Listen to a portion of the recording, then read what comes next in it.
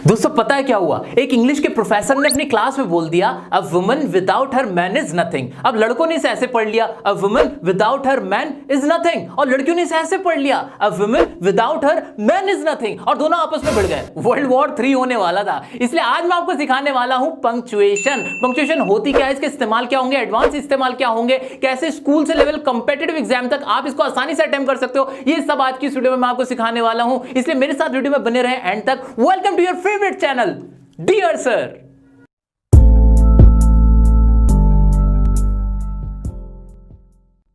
दोस्तों सबसे पहले समझते हैं कि पंक्चुएशन का मतलब क्या होता है। इसे रटने की जरा भी जरूरत नहीं है, ये बिल्कुल लॉजिकल होता है। एक बात बताइए, जब भी आपको कोई बात कहनी होती है तो आपके कहने के तरीके से पता चल जाता है कि आपके पीछे उसकी भावना क्या है, आपके मन में भाव क्या है, इमोशंस क्या है आपके। फॉर एग्जाम्पल, जब आपको किसी से सवाल पूछना होता है तो आप इस तरह से बोलते हो कि पता चल जाता है तुम्हारा नाम क्या है। अब जैसे मैंने है बोला ना, तो इस तरह से बोला था कि पता चल गया कि सवाल पूछा है। ऐसे अगर मुझे किसी को बहुत खुश होकर दिखाना होगा तो मैं कहूंगा हुर्रे, आज मजा आ गया। तो जैसे ही मैंने हुर्रे को बहुत तेज बोला, खुशी के साथ बोला, तो पता चल गया कि यहाँ खुशी थी। ऐसे ही बहुत सारे हमारी ऐसी भावनाएं होती हैं, हमारे बोलने का तरीका होता है, या जो हमारी टोन होती है ना, वो अप डाउन इस तरह से होती है कि हमें पता चल जाता है कि उसके पीछे की सेंटेंस के पीछे की भावना क्या है, हमें उस इमोशन का पता चल जाता है। लेकिन जब हम इंग्लिश की बात कर रहे हैं, हम कहीं कुछ लिख रहे हैं, लिखने में क्या पता चल जाएगा कि आपकी भावना क्या है? बिल्कुल पता नहीं चलेगा। फिर वही वाली दिक्कत हो जाएगी जब भी कुछ देर पहले मैंने आपके सामने रखी थी। सब अपने हिसाब से मतलब निकाल लेंगे, ठीक है। इसीलिए क्या किया गया, इसके लिए आपको ना रिटन इंग्लिश जो होती है, आपकी जो लिखने की कला होती है, उसमें आपको कुछ ऐसे निशान दिए गए, कुछ ऐसे सिंबल्स दिए गए जिससे आपको पता चल सके कि जब कोई भी सिंबल लगा हुआ है तो उसकी भावना क्या थी। इसी तरह से रीडिंग करने में भी उस सिंबल की कुछ आवाज दिखाई गई, आवाजें बताई गई कि जब भी ये सिंबल लगा होगा तो आपको इस तरह से इसको पढ़ना है। ये सारी बातें बताई गई पंक्चुएशन के जरिए, जिसका मतलब ही होता है कि आपके फीलिंग्स जो हैं, आपकी इमोशंस जो हैं, वो वहां पे कन्वे हो सके, पता चल सके। क्लियर हो गया पंक्चुएशन का मतलब क्या होता है? कुछ भी नहीं होता, इमोशंस और फीलिंग्स को बताने वाले सिंबल्स हमारे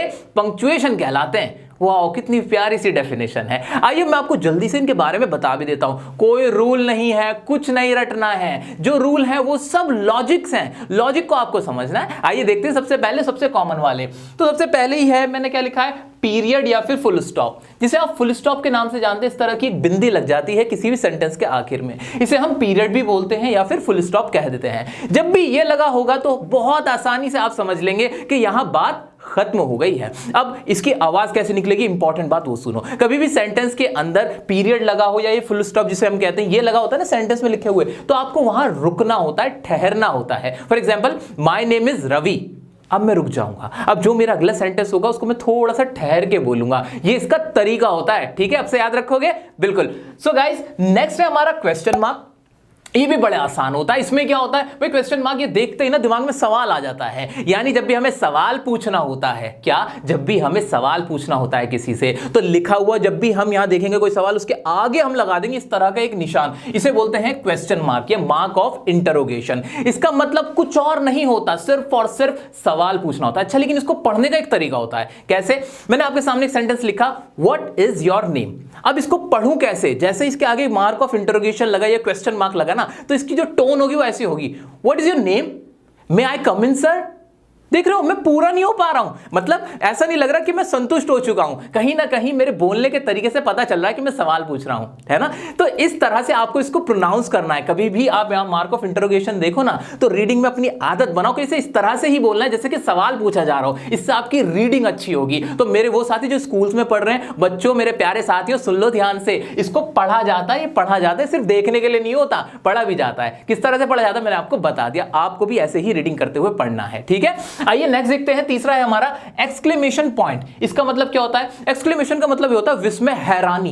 एक्सक्लेमेशन का मतलब क्या होता है? हैरानी। और हैरानी दो तरह की होती है। कौन कौन सी? एक होती है हमारी हैरानी, हम खुशी में बहुत हैरान हो जाते हैं, क्या तुमने टॉप कर लिया।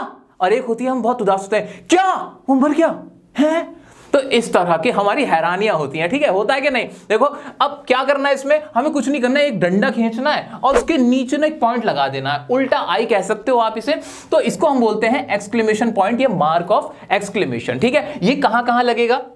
देख लो लिखा हुआ भी है, तो सिर्फ कहने की बात है, समझा तो मैंने आपको पहले दिया। इट शोज सडन आउटक्राई और एम्फेसिस, तो ये हमने देखा हमारा एक्सक्लेमेशन पॉइंट। ठीक है, अभी तक हमने क्या क्या पढ़ा, देखो ध्यान से, कुछ रटने की जरूरत नहीं है। हमने देखा कि पीरियड क्या होता है, उसको कैसे आपको प्रोनाउंस करना है, आपको अपनी रीडिंग में कैसे लेके आना है, इसी तरह से क्वेश्चन मार्क को कैसे बोल के दिखाना है। रीडिंग अच्छी करवा रहा हूं मैं आपकी, ध्यान दे लो। ठीक है, नेक्स्ट हमारा एक्सक्लेमेशन पॉइंट, इसको कैसे आपको साउंड करना, कैसे आपकी टोन होगी इसमें। ठीक है, अब नेक्स्ट है हमारा कॉमा। कॉमा को कैसे इस्तेमाल किया जाता है। कॉमा बहुत ही प्यारा कॉन्सेप्ट है, यही आपके एग्जाम में पूछा जाता है, कॉम्पिटिटिव एग्जाम में बहुत आता है, फ्री में पढ़ा रहा हूं, देख लेना। ठीक है, इतना आपको पेड क्लास में नहीं मिलेगा, ये मेरा आपसे दावा है। बहुत इंपॉर्टेंट कॉन्सेप्ट समझाने वाला हूं, तो ध्यान दे लो। यहां पे कॉमा का और पीरियड का आपस में बहुत बढ़िया कनेक्शन होता है। कनेक्शन क्या होता है, मैंने आपको बताया कि जो हमारा पीरियड होता है या फुल स्टॉप होता है, जहां ये लग जाता है तो हमें पॉज लेना होता है। पॉज का मतलब हमें रुकना होता है, ठहरना होता है, ये बताया मैंने आपको। ठीक है, कॉमा में क्या होता है, कॉमा में भी आपको ठहरना होता है, लेकिन कितनी देर तक ठहरना होता है, इतनी देर तक ठहरना होता है जितना पीरियड का आधा हो। मान लीजिए आप पीरियड पे या फुल स्टॉप पे 2 सेकंड रुके थे,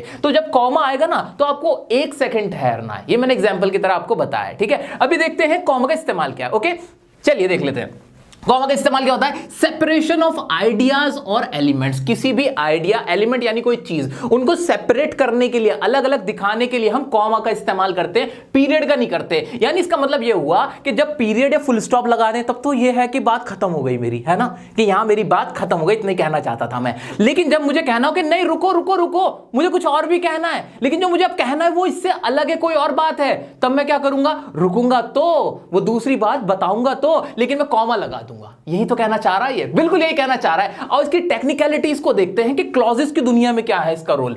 अब used in numbers, dates and salutation, ये तो बच्चों वाली बातें हैं कि भाई ये नंबर्स और डेट्स और सैल्यूटेशन। सैल्यूटेशन समझते हो, डियर सर मैडम के आगे कॉमा लगा होता है, और आपकी डेट्स लिखते वक्त भी कॉमा लगा होता है। ये बच्चों वाली बात, बच्चों वाली बात खत्म हो गई। अब बड़ी वाली बातें करते हैं, कुछ मजेदार concept. Use comma before any coordinating conjunctions that links to independent clauses. Sir independent clauses क्या होते हैं, मैं तो घबरा गया नाम सुनते। क्या घबराने की जरूरत है, मैंने आपको पढ़ा रखे क्लॉजेस, वीडियो देख लेना। फिलहाल के लिए समझ लो जिसने अभी ये वीडियो नहीं देखी है कि क्लॉज क्या होता है। क्लॉज कुछ नहीं होता, कोई भी सब्जेक्ट और वर्ब, क्या कोई भी एक सब्जेक्ट और वर्ब मिलकर एक क्लॉज बना देते हैं। क्या बना देते हैं, क्लॉज बनाते हैं। क्लॉज 2 तरह के हो सकते हैं, वो क्या, एक होता है हमारे इंडिपेंडेंट क्लॉज, एक होते हैं डिपेंडेंट। इंडिपेंडेंट मतलब जो सब्जेक्ट और वर्ब अपने आप में ही पूरा कंप्लीट मीनिंग दे देते हैं, उनको कह देते हैं हम इंडिपेंडेंट, और जो कंप्लीट मीनिंग नहीं दे पाते उन्हें कह देते हैं हम डिपेंडेंट। ठीक है, आइए अब देखते हैं ये क्या कह रहा है। ये कह रहा है कि ऐसे हमारे क्लॉजेस हो कोई 2 इंडिपेंडेंट जो अपने आप में ही पूरे कंप्लीट मीनिंग दे रहे हो, उनके बीच में अगर कोई कोऑर्डिनेटिंग कंजंक्शन आ जाए, वो क्या होता है कोऑर्डिनेटिंग कंजंक्शन,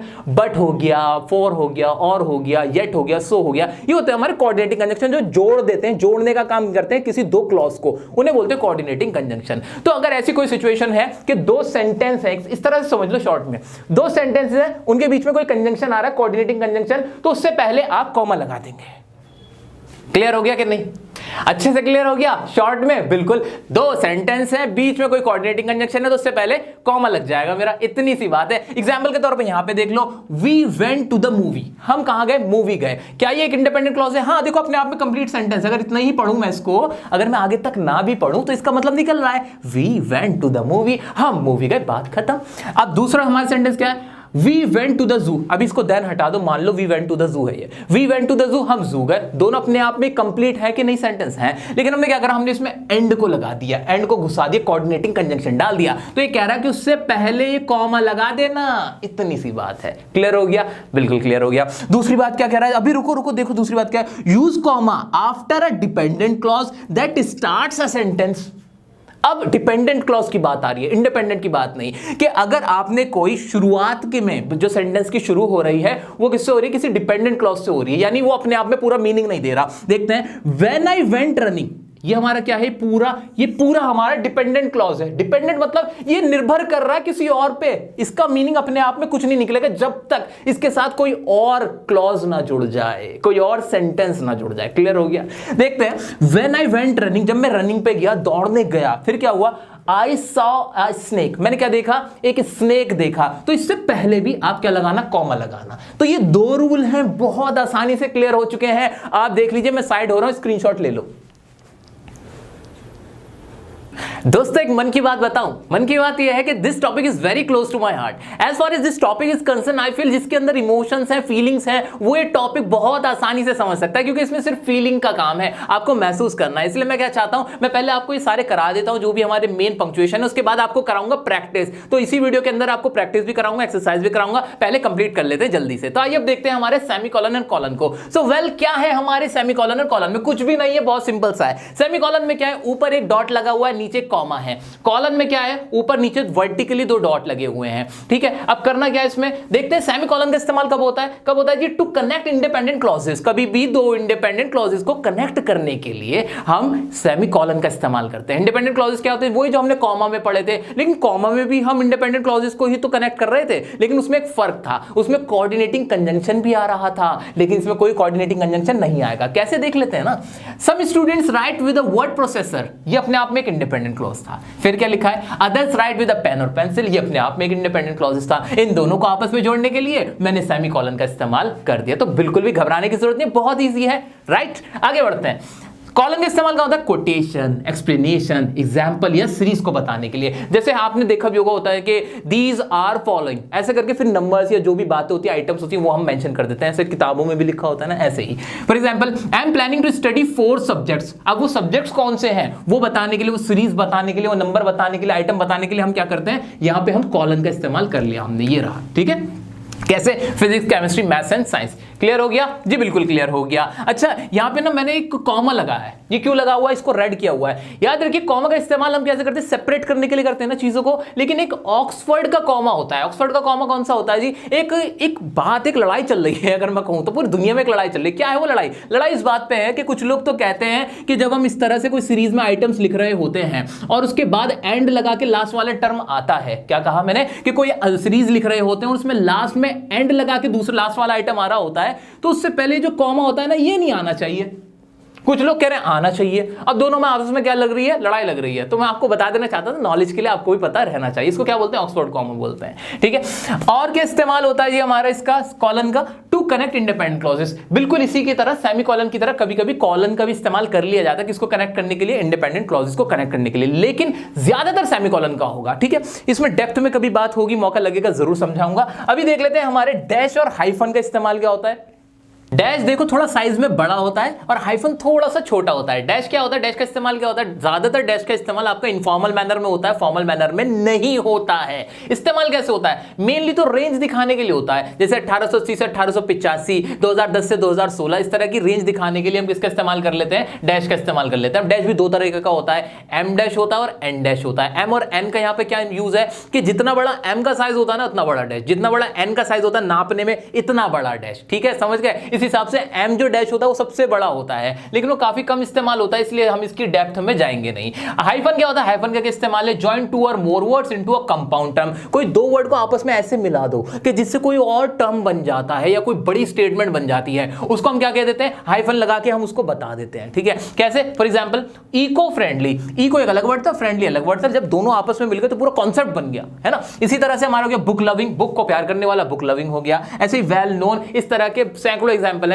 एक और है ना आपका सन इन लॉ होता है, उसमें भी आप ये लगाते हो। ऐसे ही डॉटर इन लॉ में भी आप इसी तरह का हाइफन लगा के उसका इस्तेमाल करते हो। ठीक है, आगे बढ़ जाते हैं। चलिए देखते हैं अब क्या है, कोटेशन मार्क्स। बहुत मजेदार कॉन्सेप्ट है, इसके साथ जुड़ा हुआ। देखते हैं कोटेशन मार्क्स होता कैसे। इस तरह से ऊपर दो लगे हुए होते हैं, यहां पे भी और यहां पे भी, ये कॉमा बने हुए होते हैं, ऊपर लगे होते हैं, सर पे चढ़े हुए होते हैं। ठीक है, अब इसका इस्तेमाल क्या होता है, रिपीटेड वर्ड फॉर वर्ड। इसका मतलब क्या हुआ, जिसने जो बात जैसी कही वैसे ही जब हम कोई बात लिख देते हैं तो उसको हम क्या लगा देते हैं, उसके ऊपर हम चढ़ा देते हैं क्या, कोटेशन मार्क। दूसरा इस्तेमाल क्या होता है इसका, दूसरा इस्तेमाल तब करते हैं जब कोई कोट नहीं होती, कोई कहावत होती है, उसको हम बताते हैं, वो भी किसी की कही गई बात ही तो होती है, एक तरह से देखोगे। ठीक है, किसी की कही बात ही तो कोट बनती है, तो उस पर भी हम क्या चढ़ा देते हैं, ऊपर सिंह चढ़ा देते हैं, इनके ये दो। अब इसके बारे में कॉन्सेप्ट है। कॉन्सेप्ट क्या है, कॉन्सेप्ट ये कहता है कि आप जब भी कोटेशन मार्क लगाओगे तो उससे पहले कोई भी पंक्चुएशन आ जाए। पंक्चुएशन क्या, कोई और पंक्चुएशन, यानी आपका कोई क्वेश्चन मार्क आ जाए, कोई पीरियड आ जाए, पीरियड समझते ना क्या है, फुल स्टॉप।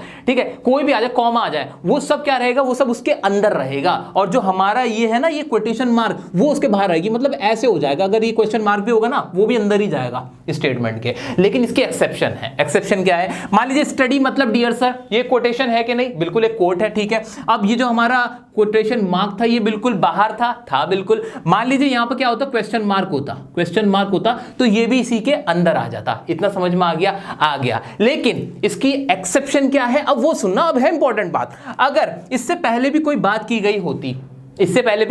गई होती और वो जो सवाल पूछा गया होता, यहां पे कोई जो सवाल पूछा गया होता वो पूरे सेंटेंस को ही पूछा गया होता, यानी जो कोटेशन मार्क्स, ये जो हमारी कोटेशन थी, ये जो हमारे ब्रैकेट के अंदर चीजें थी, कोटेशन के अंदर चीजें थी, वो सवाल सिर्फ इतना ही ना होता, पूरा क्वेश्चन, पूरा ही सेंटेंस से क्वेश्चन होता, तब ये हमारा बाहर होता। फिर समझ में आया? अगर सवाल कोटेशन का हो तो वही कोटेशन तक ही रखेंगे ना उसको, लेकिन अगर सवाल पूरे ही जो सेंटेंस का था तब हम उसे बाहर रखेंगे। इसका मतलब बाहर का मतलब क्या हुआ कि सवाल ये पूरा ही सेंटेंस है, जो भी इसके आगे भी था वो भी हमारा पूरा ही सवाल था। समझ में आया? बिल्कुल समझ में आया, उम्मीद करता हूं। अब देखते हैं और इसमें क्या है हमारा एपिस्ट्रफी का मतलब क्या होता है? अरे कुछ भी नहीं था, ये तो मैं यहीं पर दिखा दूंगा तुम्हें चलते फिरते में। देखो, आई एम की जगह क्या लिख दिया? I am. यू आर की जगह क्या हो जाता है? योर। इस तरह से बोल देते हो ना, यानी क्या करने के लिए, आपका कॉन्ट्रैक्ट फॉर्म में जब हमें कोई जो वर्ड होता है उसको कम में लिखना होता है, तब हम क्या कर लेते हैं, हम इस तरह का एक साइन ऊपर बना देते हैं। और दूसरा का इस्तेमाल है पॉजिटिव केस के अंदर। पॉजिटिव केस के अंदर कैसे? अगर मैं बोलूं इट और इट्स, क्या बोल दिया मैंने, मान लो इट, और इसके साथ मैंने यूं ऊपर लगा के ऐसे लिख दिया इट्स, इसका मतलब क्या हो गया? उसका। ठीक है ना? ऐसे हम कई बार देखते हैं मैकडीज, क्या होता है? मैकडीज यानी मैकडी का, या जॉन्स का, अनिल का। ठीक है, इस तरह से हम क्या लगाते हैं? एपिस्ट्रफी लगा देते हैं और एस लगा देते हैं। इसका मतलब होता है पॉजिटिव केस के उसका, ये सेंस आता है। इसमें मिस्टेक मत करना, हर जगह आप एस लगा के ऐसे मत कर देना, जहां पे एप्लीकेबल हो वही लगाना। कॉमन मिस्टेक इसमें यही रहती है। अब देखते हैं बचे हुए कौन से हैं हमारे punctuation marks.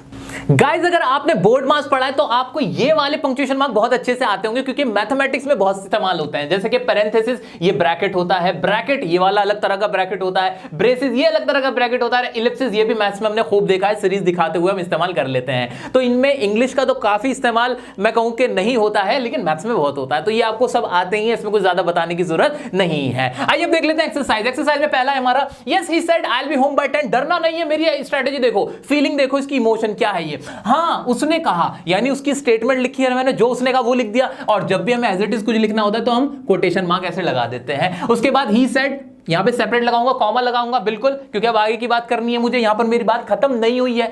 I will be home by 10, किसने कहा? उसने कहा। उसकी बात जब मैं कोट कर रहा हूं बिल्कुल, तो दोबारा से क्या लगाऊंगा? कोटेशन मार्क लगा दूंगा, लास्ट में पीरियड लगाऊंगा। कोई गलत है? बिल्कुल गलत नहीं है। आई विल बी होम मैंने पढ़ तो दिया, लेकिन लिखने में यहां पे मुझे क्या लगाना था? एपिस्ट्रफ लगाना था, इस तरह से। यानी अब ये बनेगा आई विल बी होम, इस तरह से, या आई शैल बी होम, अब बनेगा ये, इसलिए एपिस्ट्रफ का भी यहां पे इस्तेमाल हो गया। नेक्स्ट है he deals in 3 cars X Y Z. क्या इसमें कुछ गड़बड़ है? हाँ, क्योंकि हमने सीरीज बताई है, कार की सीरीज बताई है, इसलिए मैंने यहां क्या लगाया? कॉलन लगा दिया, और एक्स वाई जेड। इसी तरह से नेक्स्ट है when the teacher commented that her spelling was poor, later replied all the members of my family are poor spellers. बहुत बड़ा है ना, घबराओ मत, फीलिंग को देखो, इमोशंस क्या है इनके। When the teacher commented that, जब टीचर ने कमेंट किया क्या कि हर स्पेलिंग वाज पुअर, यहां तक तो एक पूरी बात थी, इसलिए मैंने यहां पे क्या लगाया? ठहराव लगाया, सेपरेट किया। अभी मेरी बात खत्म नहीं हुई थी, इसलिए मैंने यहां क्या किया? सेपरेट केस को कॉमा लगा दिया, फुल स्टॉप नहीं लगाया, क्योंकि अभी बात बची हुई है। लता रिप्लाइड, लता ने रिप्लाई किया, फिर थोड़ा सा रुका, आगे देखो,